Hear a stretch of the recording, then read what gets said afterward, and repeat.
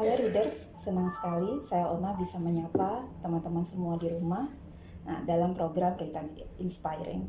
Nah, dalam Retimes Inspiring ini kita di studio sudah kehadiran seorang perempuan inspiratif yang siap membagi kisahnya dengan kita. Beliau sekarang tengah menjabat sebagai Sekretaris Provinsi Sulawesi Tengah. Nah, di sini sudah ada Ibu Novalina Wiswadewa. Selamat siang, Ibu. Siang. Bagaimana kabarnya? Alhamdulillah sehat, Alhamdulillah. bahagia. Bahagia selalu.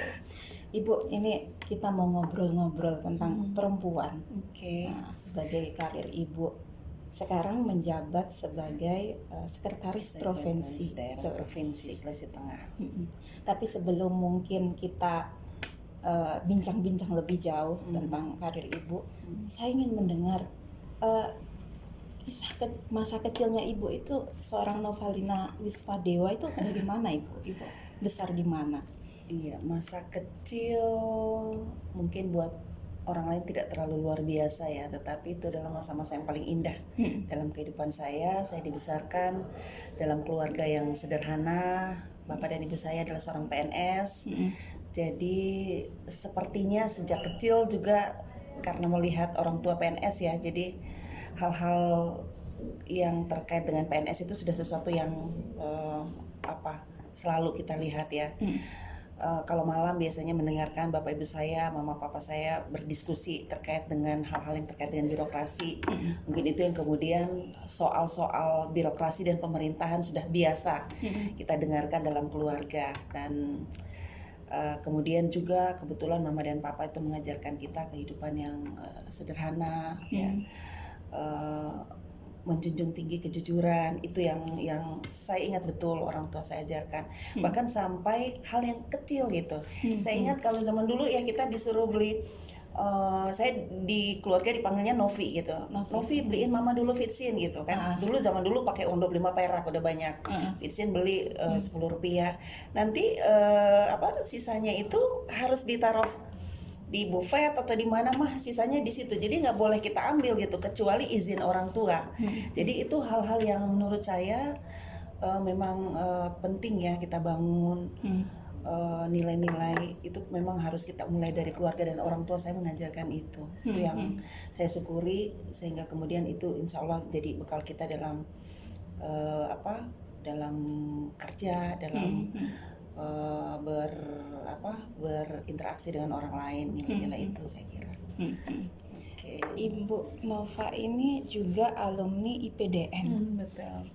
Ibu sampai apa yang menginspirasi Ibu sampai oh ya saya memutuskan untuk masuk IPDN atau apa mungkin ada dorongan dari orang tua atau bagaimana Ibu? Jadi yang tadi saya bilang soal kehidupan PNS itu adalah sesuatu yang bukan sesuatu yang asing lagi. Sejak kecil tadi mama dan papa PNS dua-duanya, tetapi sebenarnya zaman dulu itu saya belum tahu ya apa sih APDN itu ya. Jadi saya dulu namanya PDN. Jadi saya tamat SMA saya malah lulus PMDK di FKIP ya, FKIP jurusan bahasa Inggris, sempat kuliah 1 semester.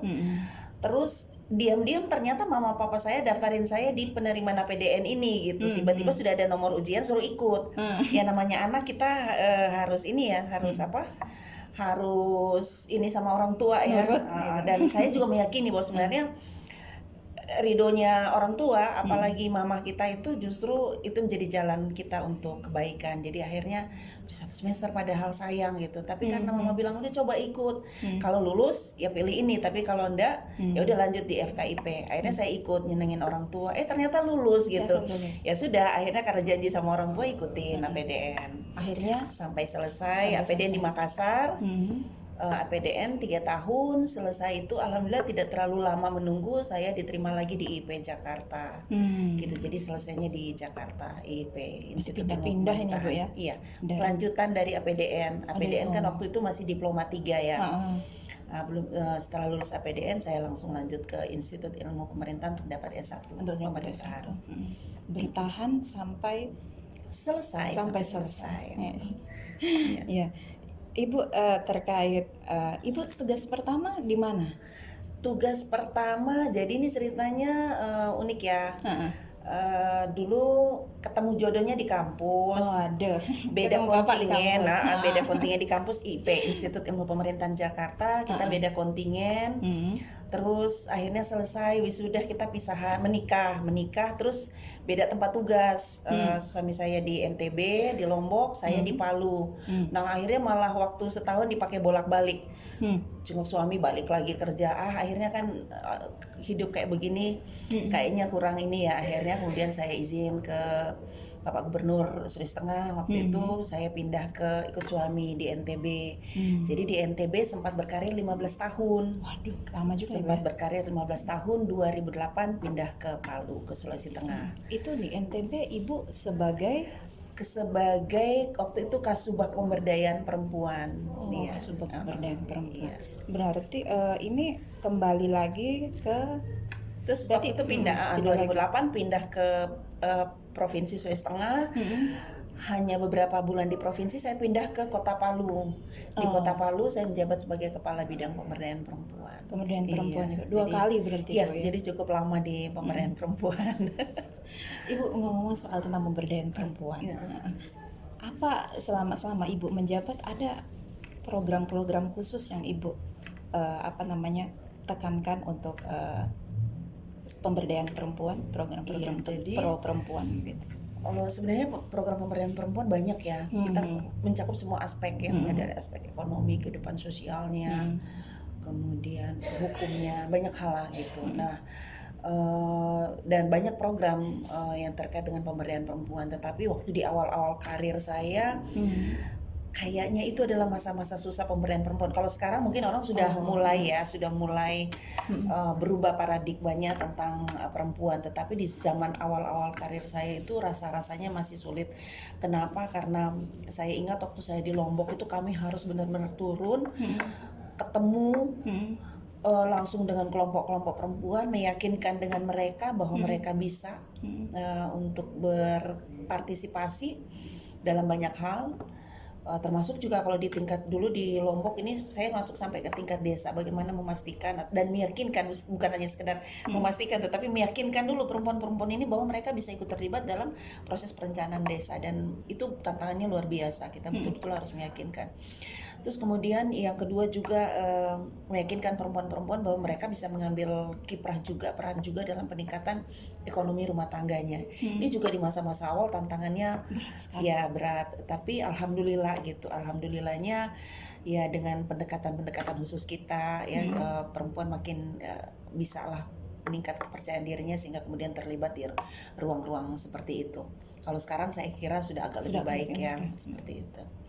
Apa hal yang paling tidak dilupakan oleh Novalina Wiswadewa ketika menjabat sebagai pemberdayaan perempuan? Sebenarnya yang paling ini soal jabatan dulu saya bicara. Orang melihat jabatan waktu itu Kasubag Pemberdayaan Perempuan, lalu Kabid Pemberdayaan Perempuan itu dianggap bukan jabatan yang strategis, itu hanya sekedar jabatan pelengkap, yang penting kamu udah dapat jabatan kayak gitu. Tapi ya itulah tantangannya, kita tunjukkan, kita buktikan bahwa sebenarnya jabatan itu apapun sepanjang kita mau berbuat untuk itu, kita jadikan itu benar-benar amanah yang harus kita buktikan bisa kita pegang dan kita laksanakan, kita buktikan melalui kerja-kerja kita. Jadi saya sampaikan banyak pengalaman saya di lapangan yang kemudian itu tidak hanya menguatkan saya tetapi juga menguatkan kawan-kawan perempuan yang sedang kita coba motivasi untuk bisa meningkatkan percaya dirinya untuk berperan dalam semua aspek. Seperti itu. Yang kedua yang saya tidak bisa lupa bahwa ternyata itu adalah kesempatan yang Tuhan kasih, yang saya memiliki banyak teman. Temennya perempuan ada di mana-mana, di semua level ini, sampai di pasar-pasar perempuan gitu kan banyak. Dan saya banyak mengenal saudara-saudara perempuan yang di level-level bawah dan sampai ke hal-hal yang ya itu kita jadikan sebagai kesempatan kita untuk berbagi cerita, bersilaturahmi, saling menguatkan dan seterusnya. Jadi banyak teman. Jadi sebenarnya orang kalau mau ngetop masuk deh di situ, di wilayah kerja pemberdayaan perempuan. kalau pengen ngetop di situ, karena ya perempuan tau lah ya, solid dan saling menguatkan. Iya. Ibu Nova ini saya baca-baca banyak sekali jenjang karirnya. Waduh, ini banyak sekali yang dijabat ya Bu ya. Pertama Kepala Bidang Pemberdayaan Perempuan, kemudian Sekretaris Badan Penanaman Modal Ibu ya, Iya, pernah. iya. Terus Ibu juga pernah menjabat sebagai Kepala Biro Otonomi Daerah, Badan Pengembangan SDM, Kominfo, sampai akhirnya Sekretaris Provinsi. Ibu tantangannya apa sih? Maksudnya ketika di birokrat itu kan seperti yang Ibu ungkapkan tadi tidak gampang ya untuk perempuan terjun dalam dunia publik. Ibu tantangannya apa? Tantangannya yang pertama di tengah paradigma masyarakat yang perempuan, ya kan?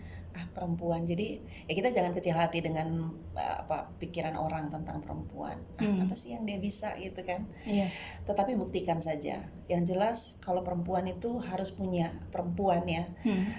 Pemimpin perempuan harus punya energi lebih dibanding laki-laki. Karena apa tadi mau membuktikan bahwa kita bisa gitu kan. Jadi usahanya harus 2 kali lipat minimal dari laki-laki. Komitmennya juga harus seperti itu. Keseriusan untuk membuktikan kinerjanya juga harus seperti itu. Kita kalau sama dengan laki-laki pasti kita kalah gitu, ya kan? Karena lingkungan membentuk bahwa laki-laki yang harus menjadi pemimpin atau leader, ya kan? Nah di tengah keraguan itu kita buktikan saja. Nah untuk itu harus energinya 2 kali lipat. Lebih dari laki-laki. Iya, usahanya, kesabarannya juga harus 2 kali lipat seperti itu untuk membuktikan. Jadi nggak usah dijawab dengan argumen kata-kata, ya nggak perlu, dengan tindakan saja, dengan perbuatan, dengan bukti, kerja saja seperti itu.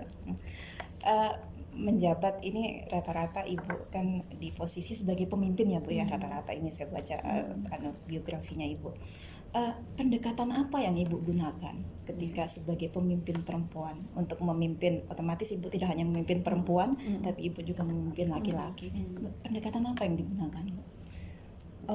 Yang pertama sebenarnya yang saya bangun adalah komunikasi dengan tim kerja saya, lebih mengenal mereka, siapa aja mereka. Bahkan bila perlu saya pengen tahu sebenarnya mereka ini dari latar belakangnya seperti apa. Nah dari situ saat kita mulai mengenal mereka, kita sudah bisa tahu pendekatan apa yang kita gunakan. Dan saya lebih kepada bukan antara atasan dan bawahan, tapi lebih kepada pertemanan. Sehingga mungkin boleh dicek lah sama teman-teman tim saya tidak memilih-milih atau tidak melihat struktur jabatan, tetapi yang saya perlukan dari teman-teman itu adalah bagaimana kita membangun tim yang solid, tim kerja.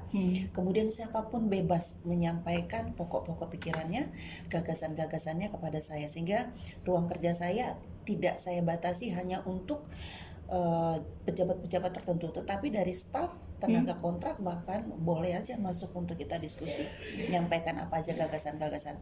Sepanjang bagus kita diskusikan, ya kita bisa action.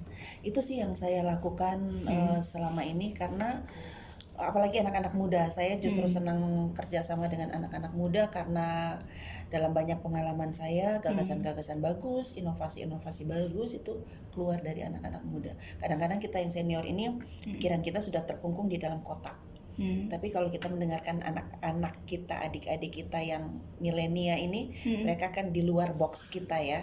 Mereka melihat dunia luar lebih bebas lagi, dan itu menjadi inputan bagus bagi kita untuk kita dengarkan. Seperti itu. Menarik ya, para leaders. Pendekatannya adalah komunikasi dan tidak membatasi. Mau jabatannya apa, tetap diperbolehkan untuk berkomunikasi. Ibu, apa harapan, cita-cita terbesar atau goal yang ingin mungkin hari ini belum kesampaian? Apa ya satu hal yang ingin Ibu capai dalam karir Ibu mungkin? Kalau untuk jabatan sudah ya, alhamdulillah ya, sudah tertinggi. Tetapi ya tentu banyak hal yang kita ingin saya ingin lakukan gitu. Karena apalah artinya jabatan, dan yang tadi katanya sudah disampaikan kalau kemudian kita tidak mau berbuat sesuatu yang bermanfaat buat lingkungan kita. Nah untuk di jabatan saya sekarang, cita-cita saya adalah bagaimana menata lebih baik lagi birokrasi kita, ya, menata, memperbaiki lagi, karena banyak catatan-catatan yang memang menjadi PR besar kita. Nah, meskipun saya yakin itu tidak bisa saya lakukan sendiri, ini saya tentu butuh tim kerja yang lebih luas lagi, lebih besar lagi, dan lebih solid lagi. Dan yang paling penting adalah ya itu tadi, membangun komitmen bersama supaya tadi PR-PR memperbaiki reformasi birokrasi, kemudian bagaimana melakukan tata kelola penyelenggaraan pemerintahan dan seterusnya. Yang saya kira ini sama lah, semua sekretaris daerah pasti menginginkan hal itu terjadi, tetapi buat saya ini menjadi keinginan yang benar-benar saya inginkan gitu.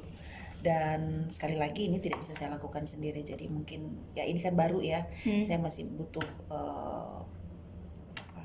pendekatan khusus, kemudian komunikasi khusus untuk membuat tim kerja di Pemprov ini menjadi lebih solid lagi, sehingga apa yang menjadi PR tadi tentang terkait penataan birokrasi, reformasi birokrasi dan penyelenggaraan pemerintahan menjadi lebih baik. Dan yang paling penting adalah bagaimana semua itu sesuai dengan eranya sekarang kita upayakan untuk lebih berbasis digitalisasi. Reformasi birokrasi. Oke, baik. Pesan-pesannya untuk teman-teman perempuan yang mungkin mau yang sedang berkarir seperti Ibu, ataupun saya mau jadi seperti Ibu Nova ini, pesan-pesannya apa sih? Yang pertama ya, saya berharap teman-teman ini jangan berkecil hati di dalam apapun. Kuatkan komitmennya, kuatkan tekadnya untuk maju, dan ada jalan selalu untuk itu asal kita mau aja. Yang kedua, perempuan jangan berpuas di udah sampai sini aja, saya perempuan udah segini aja. Tetap terus untuk tingkatkan kapasitas dan kompetensi dirinya. Ya, kalau kita mau bersaing mau bersaing di era sekarang ini, apalagi bukan bersaing sebenarnya, tetapi kan selalu memang faktanya perempuan dianggap stratanya di bawah laki-laki ya, seperti itu masih, walaupun ini ya masih seperti itu. Ya itu tadi, harus terus kembangkan kompetensi dirinya, dan disiplin dengan target-targetnya gitu ya. Kalau pasang target atau punya keinginan tapi kemudian juga tidak disiplin dalam upaya-upaya untuk mencapai target itu, ya sama aja bohong gitu kan. Jadi itu sih menurut saya, jadi jangan berkecil hati, tetap disiplin, komitmen dengan target-targetnya, tetap meningkatkan kapasitas kompetensi diri, udah berserah sama Allah. Insya Allah Allah yang ngatur semuanya. Insya Allah Allah yang ngatur semuanya. Akhirnya kita semua serta doa ya Bu ya. Iya. Akhirnya selesainya dengan doa. Iya. Iya. Itu para readers, bincang kita dengan Ibu Sekretaris Provinsi Sulawesi Tengah, Ibu Novalina Wiswadewa. Banyak sekali pelajaran yang kita ambil dengan Ibu hari ini. Bagaimana perempuan ketika menjadi pemimpin ternyata membutuhkan energi 2 kali lipat ya Bu ya. 2 kali lipat, harus lebih kuat untuk untuk membuktikan bahwa perempuan juga bisa memimpin di ruang publik. Mungkin itu teman-teman, saya akhiri bincang-bincang kita hari ini untuk program Retimes Inspiring. Sampai jumpa untuk pekan depan. Jangan lupa saksikan tetap di Retimes TV. Saya Ona, akhir kata, Assalamualaikum warahmatullahi wabarakatuh. Waalaikumsalam warahmatullahi wabarakatuh. Terima kasih Bu.